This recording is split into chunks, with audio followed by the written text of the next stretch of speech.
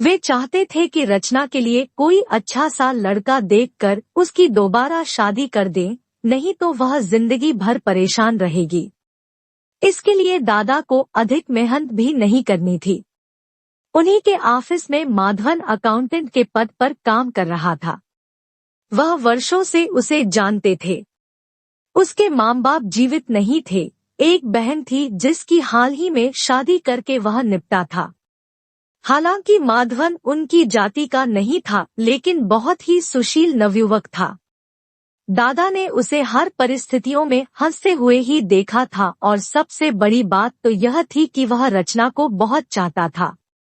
शुरू से दादा के परिवार के संपर्क में रहने के कारण वह रचना को बहुत अच्छी तरह जानता था।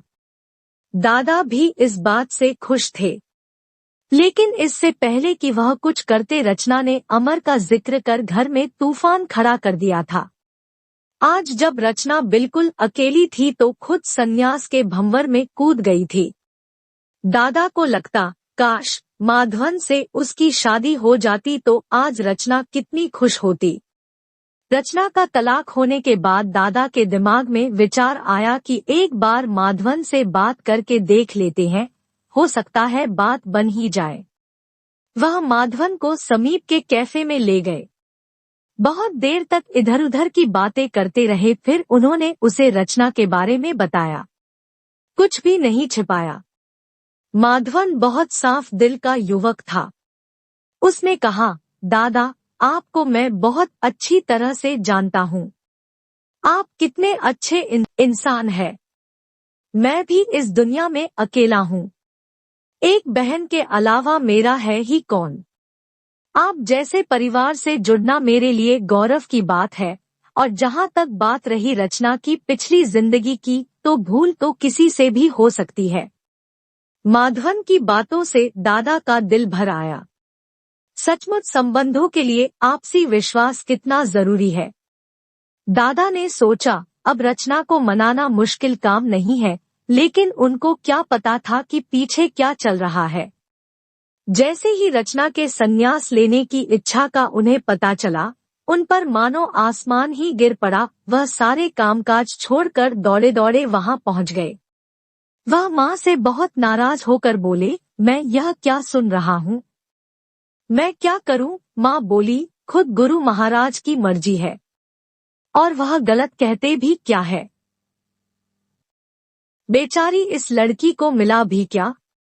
जिस आदमी के लिए यह दिन रात खटी रही, वह निकम्मा मेरी फूल जैसी बच्ची को धोखा देकर भाग गया। और उसके बाद तुम लोगों ने भी क्या किया। दादा गुस्से में लाल पीले होते रहे और जब बस नहीं चला तो अपने घर वापस आ गए। दूसरी ओर रचना गुरुजी के प्रवचन के बाद जब कमरे की ओर लौट रही थी, तब एक महिला ने उसका रास्ता रोका। वह रुक गई। देखा, उसकी माँ की बहुत पुरानी सहेली थी। अरे मीरा मौसी आप? रचना ने पूछा। हाँ बेटा, मैं तो यहाँ आती भी नहीं, लेकिन तेरे कारण ही आज मैं यहाँ आई हूँ। हाँ बेटा, तू अपनी जिंदगी खराब मत कर।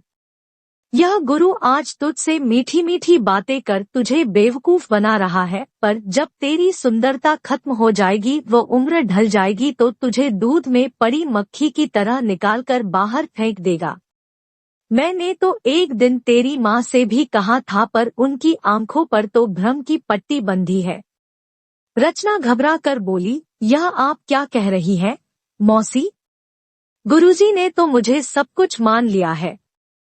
वह तो कह रहे थे कि हम दोनों मिलकर इस दुनिया को बदल कर रख देंगे। मीरा मौसी रोने लगी। अरे बेटा, दुनिया तो नहीं बदलेगी, बदलोगी केवल तुम। आज तुम, कल और कोई परसों। बस बस। पर आप इतने विश्वास के साथ कैसे कह सकती हैं? रचना ने बर्दाश्त न होने पर पूछा। इसलिए कि मेरी बेटी कांता को यह सब सहना पड़ा था और फिर उसने तंग आकर आत्महत्या कर ली थी। रचना को लगा कि सारी दुनिया घूम रही है। एक मुकाम पर आकर उसने यही सोच लिया था कि अब उसे स्थायित्व मिल गया है। अब वह चैन से अपनी बाकी जिंदगी गुजार सकती है। लेकिन आज पता चला कि उसके पांवों तले की जमीन कितनी खोखली है। उसी शाम दादा का फोन आया। दादा उसे घर बुला रहे थे। रचना दादा की बात न टाल सकी। वह फौरन दादा के पास चली गई। दादा उसे देखकर बहुत खुश हुए। थोड़ी देर हालचाल पूछने के बाद दादा बोले, ऐसा है रचना, यह तुम्हारा जीवन है और इस बात को मैं अच्छी तरह से जानता हूँ कि अगर तुम संन्यास लेना चाहोगी तो तुम्हें कोई रोक नहीं सकता। आज गुरुजी तुम्हें इस आश्रम से जोड़ रहे हैं तो इसलिए कि तुम सुंदर और पढ़ी लिखी हो, लेकिन इनके व्यवहार चरित्र की क्या गारंटी है? कल को जिंदगी क्या मोड़ लेती है तुम्हें क्या पता। अगर कल से गुरु का तुम्हारे प्रति व्यवहार का स्तर गिर जाता है तो फिर तुम क्या करोगी? जिंदगी में तुम्हारे पास लौटने का क्या विकल्प रहेगा? रचना, मेरी बहन, ऐसा न हो कि जीवन ऐसी जगह जाकर खड़ा हो जाए कि तुम्हारे पास लौटने का कोई रास्ता ही न बचे। सब कुछ बर्बाद होने के बाद तुम चाह के भी लौट न पाओ। दादा की बात सुनकर रचना की आंखें भर आईं। और हाँ, जहाँ तक बात है तुम्हारी पुरानी जिंदगी की, तो उसे एक हादसा मानकर तुम नए जीवन की शुरुआत कर सकती हो। इस जीवन में सभी तो अमर की तरह नहीं होते और हम खुद भी अपनी जिंदगी से सबक लेकर आगे के लिए अपनी सोच को विकसित कर सकते हैं। माधवन तुम्हें बहुत पसंद करता है। मैंने तुम्हारे बारे में उसे सब कुछ साफ साफ बता रखा है। उसे किसी तरह की कोई परेशानी नहीं है। रचना उस रात एक पल भी नहीं सो पाई थी। मीरा मौसी व दादा की बातों ने उसके मन में हलचल मचा दी थी। एक और गुरुजी का फैला हुआ मनमोहक जाल था जिसकी असलियत इतनी भयावह थी, तो दूसरी ओर माधवन था जिसके साथ वह नई जिंदगी शुरू कर सकती थी। वह दादा के साथ 3 साल से काम कर रहा था, दादा का सब कुछ देखा हुआ था। और सही भी है, आज अमर ऐसा निकल गया, इसका मतलब यह तो नहीं कि सारी दुनिया के मर्द ही ऐसे होते हैं। सही बात तो यह है कि जब वह किसी जोड़े को हंस कर बात करते देखती है तो उसके दिल में कसक पैदा हो जाती है। फिर गुरुजी का भी क्या भरोसा। उसके मन ने उससे सवाल पूछा, आज वह उसकी बातों का अंधा समर्थन क्यों करते हैं? क्या उसकी सुंदरता व अकेली औरत होना तो इन बातों का कारण नहीं है? वाकई सुंदर शरीर के अलावा उसमें क्या है? जिस दिन उसकी सुंदरता नहीं रही, फिर क्या वह कांता की तरह आत्महत्या? यह विचार आते ही रचना पसीना पसीना हो उठी। सचमुच अभी वह क्या करने जा रही थी? अगर वह यह कदम उठा लेती तो फिर चाहे कितनी ही दुर्गति होती, क्या इस जीवन में कभी वापस आ सकती थी?